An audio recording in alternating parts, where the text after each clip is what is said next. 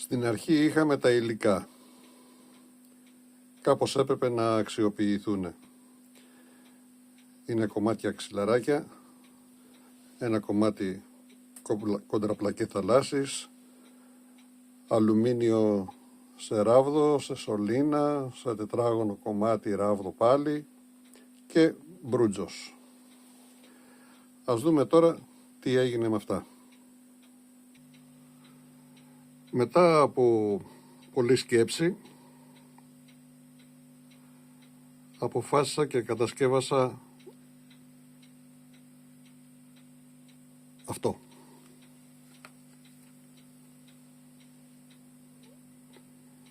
Είναι μια μινιατούρα κανονάκι. Είναι ας πούμε μια μίξη ναπολεόντιας έκδοσης και αμερικανικού εμφυλίου.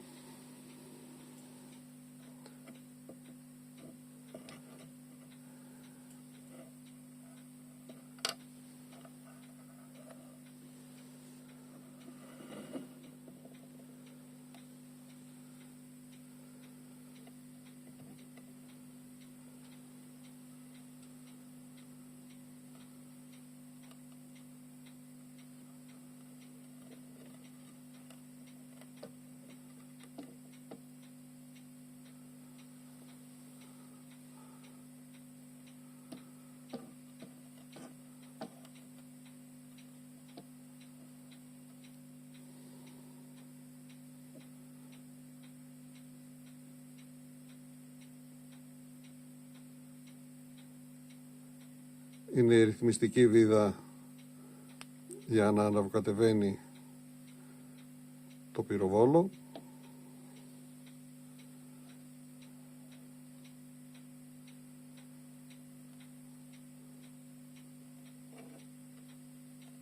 Τα πάντα έχουν γίνει στο χέρι.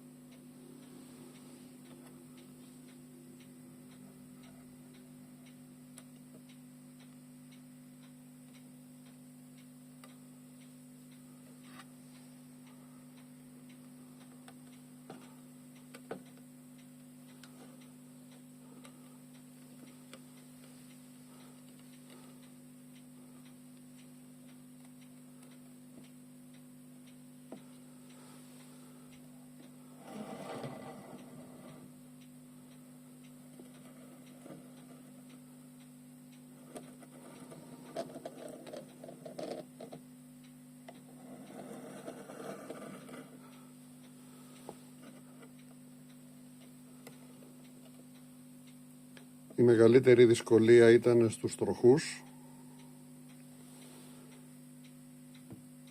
Ο κάθε τροχός αποτελείται από 4 κομμάτια, τα οποία στην συνέχεια, αφού μπήκανε πάνω στις ακτίνες, κολληθήκανε και μετά βεβαίως μπήκε το περιφερειακό μέταλλο, μπρούτζο και αυτό βέβαια, το οποίο συγκρατεί τα ξύλα στις θέσεις τους. Εδώ στο κέντρο είναι τρυπημένο ισομερός, έχει 12 ακτίνες. Το κέντρο του τροχού είναι κατασκευασμένο από το ίδιο υλικό που έγινε και το πυροβόλο.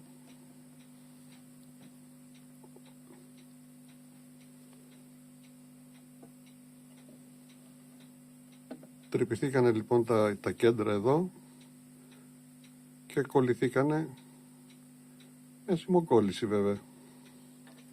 μην ξεχνάμε την τέχνη μας.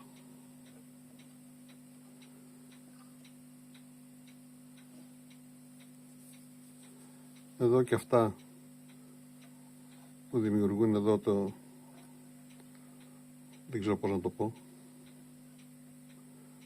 τη συγκράτηση του πυροβόλου επάνω στον κυλίβαντα, και αυτά γίνανε μπρούτζινα, αλλά για να μην κολλάει και να μπορεί να έχει ελεύθερη κίνηση, εσωτερικά έχει και δεύτερο μέταλλο, μέσα από το οποίο περνάει, να δούμε πώς θα σας το δείξω, εδώ ίσως φαίνεται καλύτερα, μέσα από το οποίο περνάει ο άξονας του πυροβόλου.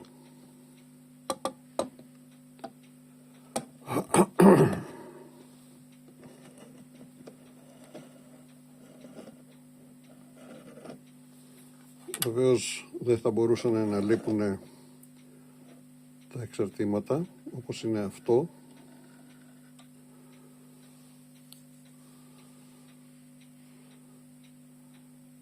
Αυτό χρησιμεύει στο να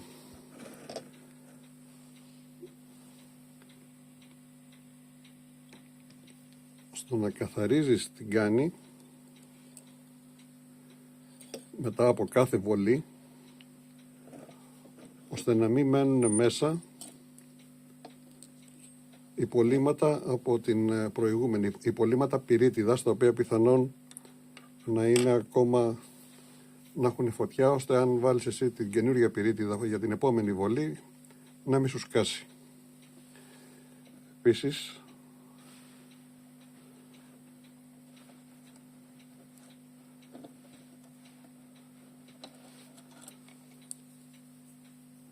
αυτό το οποίο είναι, αφού βάλεις την πυρίτιδα και μπήκε η μπάλα που θα ρίξει το πυροβόλο, να το βουτήξεις αυτό σε κουβά με λίπος, με γράσο, και να περάσεις μέσα στην κάνη για να μπορέσει να πεταχτεί το βλήμα με μεγαλύτερη ευκολία.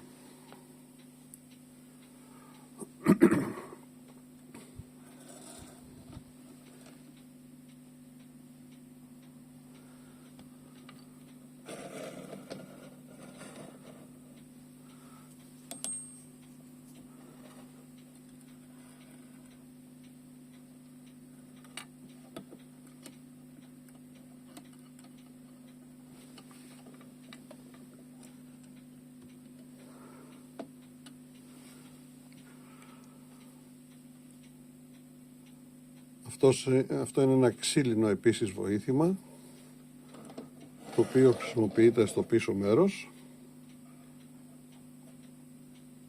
για να μπορέσουν να το σηκώσουν πιο εύκολα και να το μετακινήσουν δεξιά-αριστερά ή λίγο μπρος-πίσω, σε συνδυασμό με αυτές τις χειρολαβές,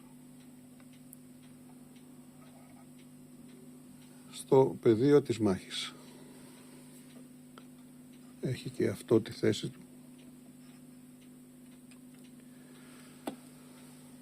Βεβαίως, όταν κάνεις μια τέτοια κατασκευή, εγώ προσωπικά δεν θα ήθελα μόνο να το βλέπω, αλλά θα ήθελα να είναι και λειτουργικό. Και όντως αυτό είναι λειτουργικό. Το μαρτυρά και εδώ το μαύρισμα που έχει στην οπή που παίρνει το φυτίλι.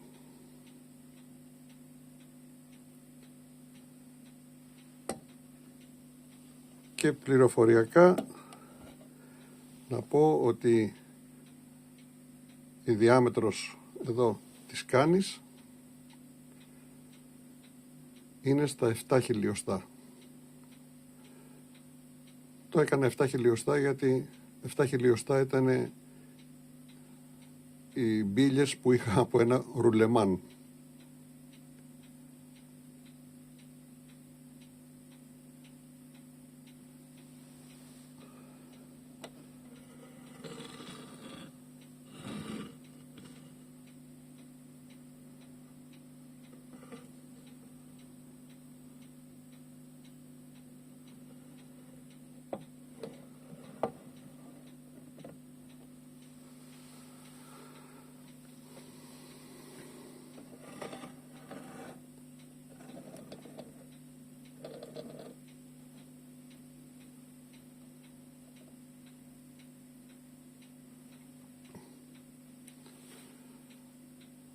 Έφαγε πολλές ώρες. Ξόδεψα πολλές ώρες για να μπορέσω να το τελειώσω, αλλά μου άρεσε.